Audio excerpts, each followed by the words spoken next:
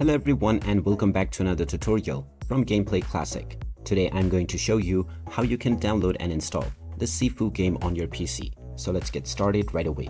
First of all, open up the Steam application on your device, and once you are logged in using your credentials, you will end up within the store page.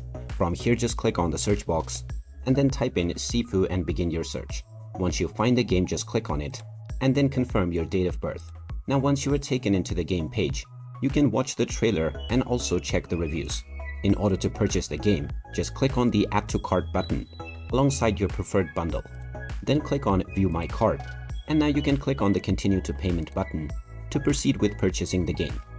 Then choose your payment method from the given list, and you will just need to enter the credentials of your chosen payment method. After entering your payment credentials and confirming your purchase, the game will then be added to your library. And now you can start enjoying the Sifu game on your PC right away. And there you have it. That is how you can download and install the Sifu game on your PC. If you find this video helpful, don't forget to hit that like button and subscribe to our channel for more useful tips and tutorials. Thanks for watching, and I'll see you again in the next one.